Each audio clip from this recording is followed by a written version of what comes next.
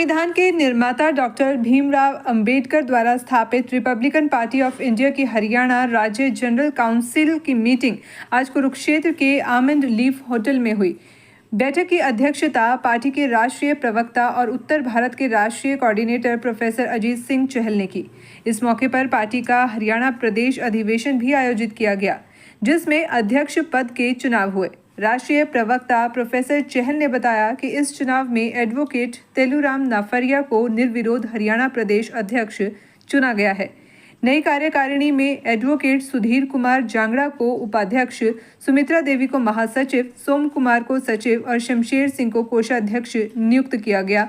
इसके अलावा विनय अवतारे, राजबीर सिंह, आनंद कुमार, सुश्रुत और चमेल सिंह को कार्यकारिणी सदस्य बनाया गया है। शेष सदस्य 15 अक्टूबर तक घोषित किए जाएंगे। अपने संबोधन में नए प्रदेश अध्यक्ष एडवोकेट तेलूराम नाफरिया ने कहा कि मुझे जो जिम्मेदारी मिली है उसे मैं पूरी निष्ठा से निभाऊंगा और बाबा साहेब की पार्टी को हरियाणा में नई ऊंचाइयों तक पहुंचाऊंगा।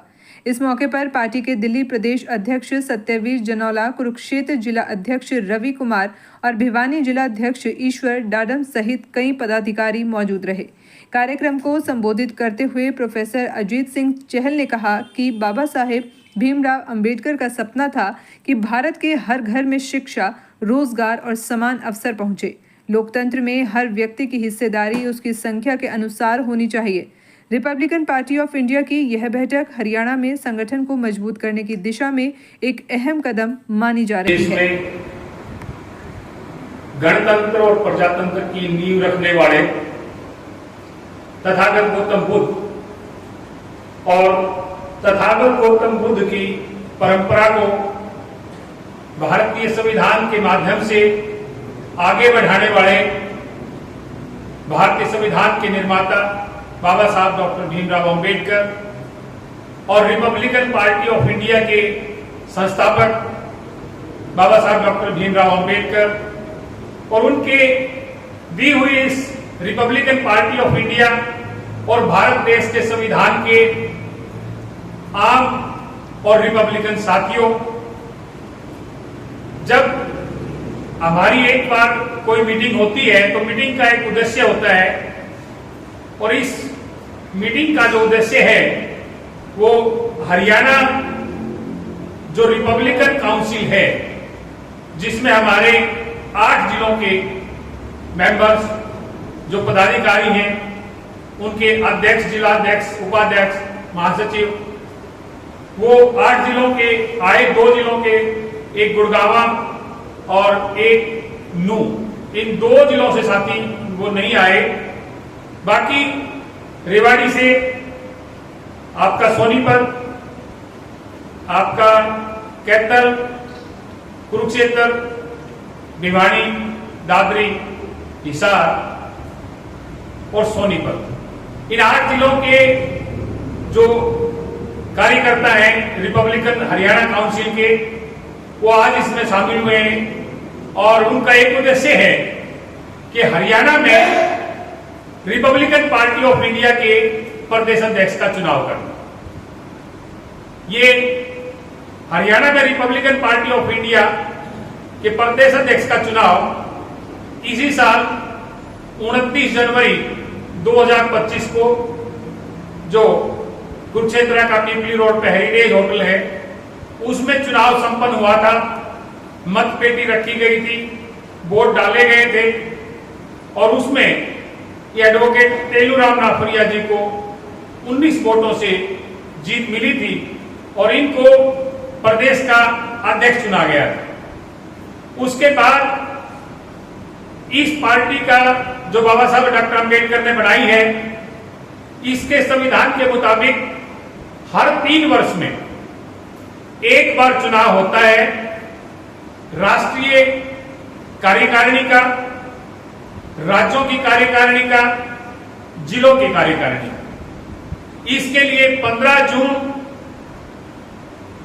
2025 को हमारी राष्ट्रीय कार्यकारिणी की बैठक सोलापुर में हुई थी, जिस दिन पूरे देश की 18 राज्यों की कार्यकारिणी, सभी जिलों की कार्यकारिणी और राष्ट्रीय कार्यकारिणी को भंग कर दिया गया था, क्योंकि हर 3 साल में एक बार ऐसा होता है, दोबारा से चुनाव होते हैं। सोलापुर की कार्यकारिणी में ये निश्चित हुआ था कि 1 जुलाई से 1 अगस्त तक हमारा सदस्यता अभियान चलेगा। इस पार्टी में प्राइमरी मेंबर और सक्रिय मेंबर 2 तरह के मेंबर होते हैं। प्राइमरी मेंबर को 10 रुपए साल में फीस देनी होती है, सक्रिय मेंबर को 25 रुपए साल में फीस देनी पड़ती है। इस सदस्यता अभियान के तहत हरियाणा के जो प्राइमरी मेंबर और सक्रिय मेंबर जो चले, उनके बाद 15 अगस्त से और 1 सितंबर तक जिला अध्यक्षों के चुनाव हुए। अब की बार पार्टी ने थोड़ा सा जो अध्यक्ष बनने के लिए आगे आने वाले जो साथी थे, उनके लिए थोड़ा सा फाइनेंशियल बर्डन उनके ऊपर रखा कि जो जिला अध्यक्ष का चुनाव लड़ना चाहता है जो साथी, उसको पार्टी के खाते में, पार्टी का जो सरकारी खाता है, राष्ट्रीय खाता जो है, उसमें 5,000 रुपए जमा कराने होते हैं नॉमिनेशन फीस के लिए जिला अध्यक्षों में। हरियाणा के 10 जिला अध्यक्षों के 50,000 रुपए जमा हुए और दिल्ली से जो हमारे नवनियुक्त प्रदेश अध्यक्ष सत्यवीर जनोला जी जो आपके बीच में अभी बोल के गए हैं, ये दिल्ली पुलिस से assistant commissioner of police retire हुए हैं और रिटायरमेंट के बाद इन्होंने पहला काम क्या किया था कि विधानसभा का चुनाव लड़ा था पटौदी से, और पटौदी से जब विधानसभा का चुनाव लड़े तो उस समय हमारी इनकी मुलाकात हुई। ये हरियाणा की राज्य काउंसिल के मेंबर बने, कार्यकारिणी के मेंबर रहे हरियाणा में। उन्होंने कहा कि डॉक्टर साहब, मैं और मेरा परिवार दिल्ली में रहता है, मेरे रिटायर्ड साथी और जो भी जानने वाले लोग हैं वो दिल्ली में रहते हैं। मैंने चुनाव तो हरियाणा से लड़ लिया था, लेकिन मेरा सारा काम दिल्ली में है और मैं दिल्ली में काम करना चाहता हूं।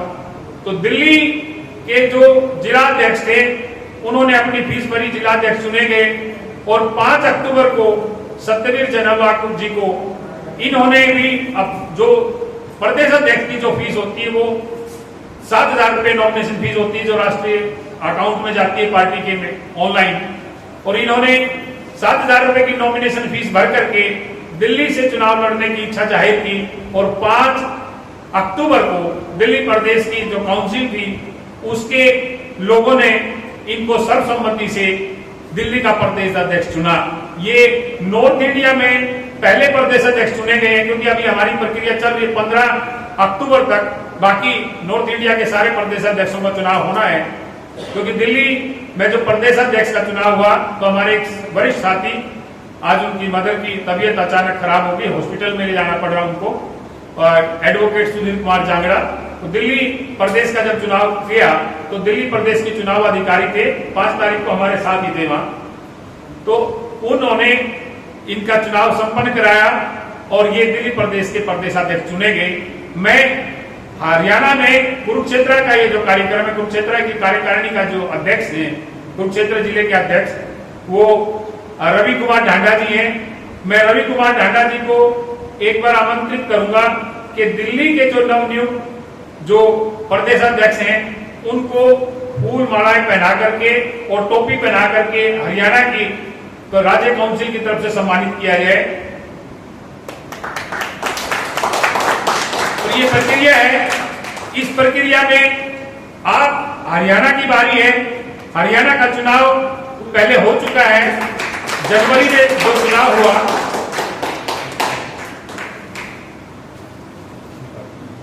जनवरी में जो चुनाव हुआ था उसमें हरियाणा के प्रदेश अध्यक्ष चुने गए थे एडवोकेट तेलूराम नाफरिया, और 15 जून को सारे स्टेटों की कार्यकारिणी भंग हो गई थी। तो इसके साथ साथ जो है हरियाणा की भी कार्यकारिणी भंग हुई थी। अब 10 जिलों के जिला अध्यक्ष हरियाणा के चुने गए हैं और उसके बाद जो है आज हरियाणा के प्रदेश अध्यक्ष का चुनाव होना है।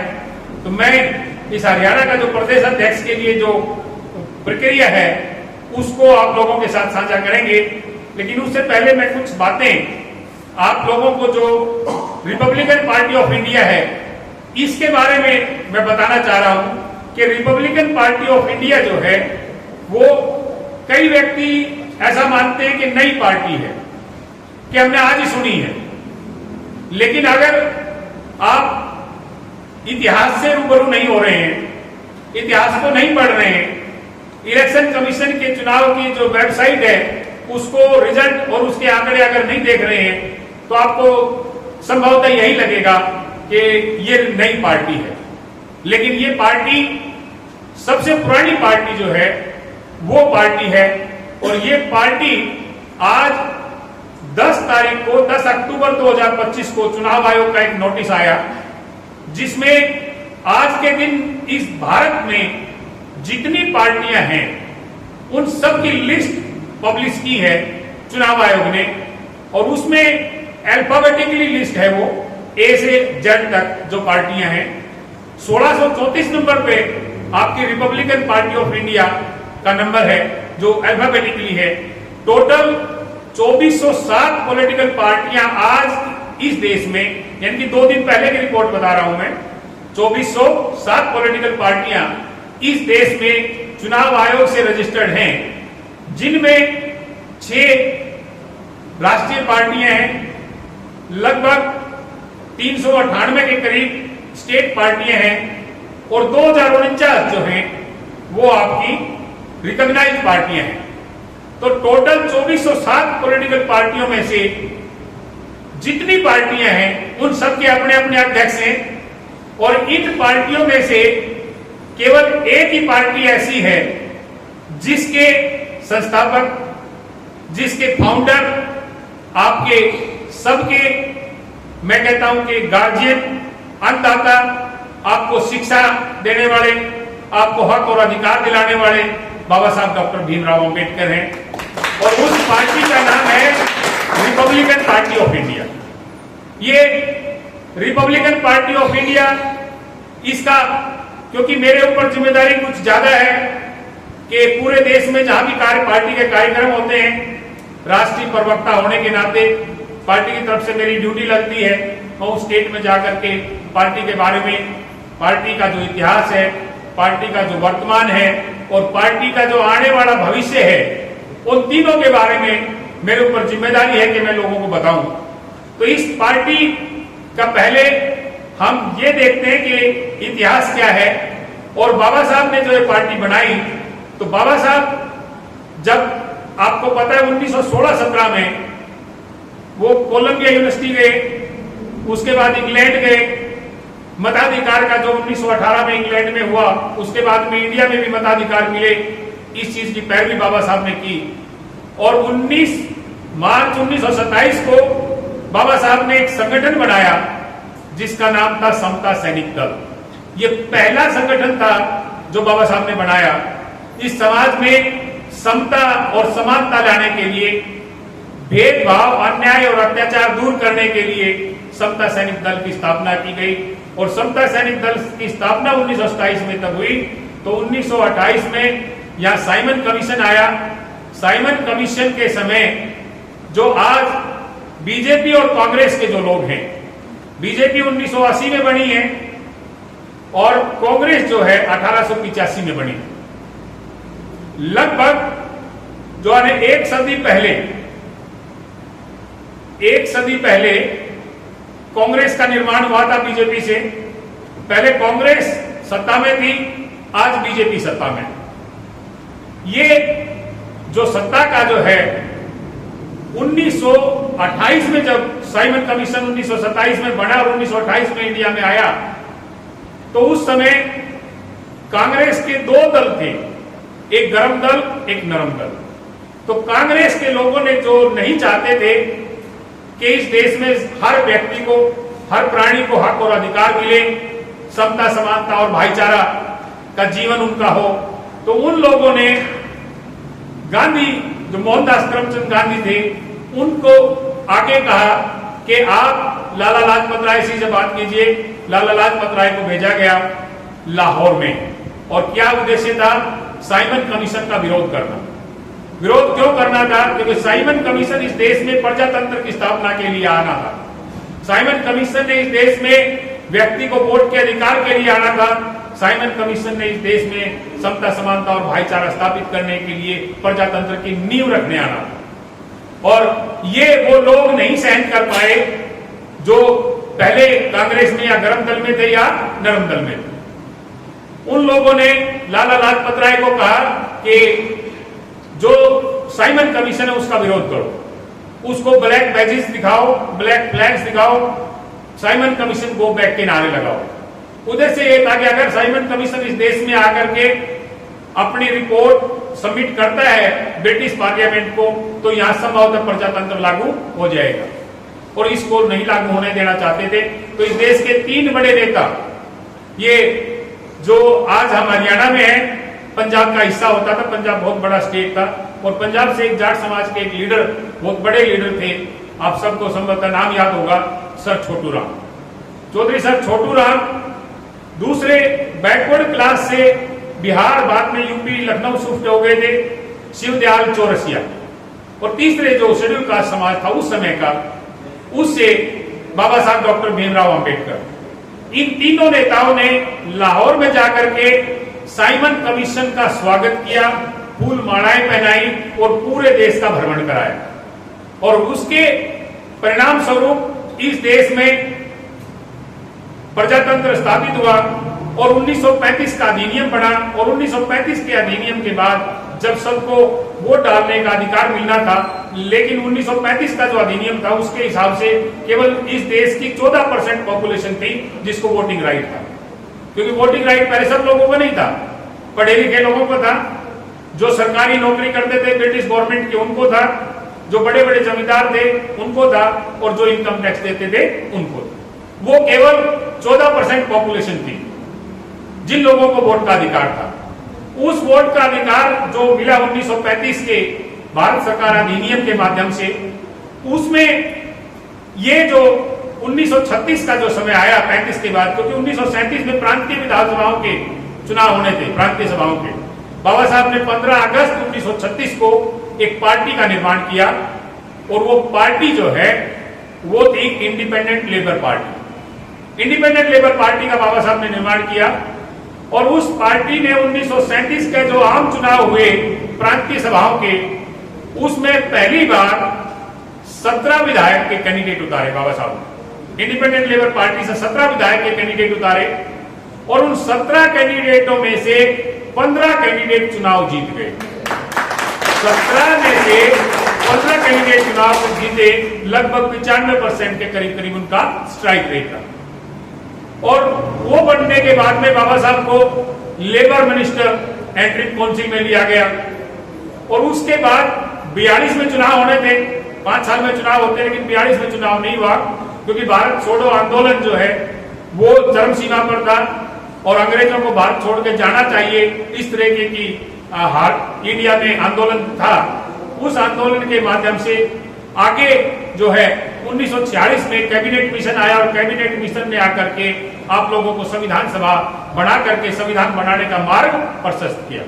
तो ये जो कैबिनेट मिशन जब आया, तो उसमें 1942 में जो चुनाव होने थे वो नहीं हुए, 1946 में सीधा संविधान सभा के चुनाव हुए। और संविधान सभा के चुनाव जो है वो ये जो प्रांतीय सभाएं थी इनके माध्यम से हुए। तो 1946 में फिर से बाबा साहब की जो पार्टी थी वो चुनाव मैदान में थी, लेकिन उस समय बाबा साहब की चुनाव की जो पार्टी थी, राजनीतिक पार्टी का नाम बदल चुका था। और वो बदल के क्या हुआ, जो इंडिपेंडेंट लेबर पार्टी थी उसका बाबा साहब ने 19 जुलाई 1942 को नागपुर के राष्ट्रीय अधिवेशन में उसका नाम बदल दिया था, और उस समय इसका नाम रखा गया था schedule caste federation. Schedule caste federation में सारे एससी बीसी जो भी डिप्रेस्ड थे सब उसका हिस्सा थे। और शेड्यूल कास्ट फेडरेशन ने 1946 का चुनाव लड़ा, जिसमें केवल 2 व्यक्ति शेड्यूल कास्ट फेडरेशन से देश की संविधान सभा में जा पाए, और दोनों ही ऐसे व्यक्ति गए जिनमें से एक ने भारत के संविधान का निर्माण किया और दूसरे ने पाकिस्तान के संविधान का निर्माण किया। एक व्यक्ति जो जिसका भारत के संविधान का निर्माण जिन्होंने किया, बाबा साहब डॉक्टर भीमराव अंबेडकर, वो संविधान सभा में चले गए शेड्यूल कास्ट फेडरेशन से। और दूसरा व्यक्ति जोगेंद्र नाथ मंडल। जोगेंद्र नाथ मंडल जो बंगाल से थे, वो पार्टीशन जब हुआ तो बंगाल का वो एरिया जहां से बाबा साहब भी चुन के आए थे और जोगेंद्र नाथ मंडल भी चुन के आए थे, वो एरिया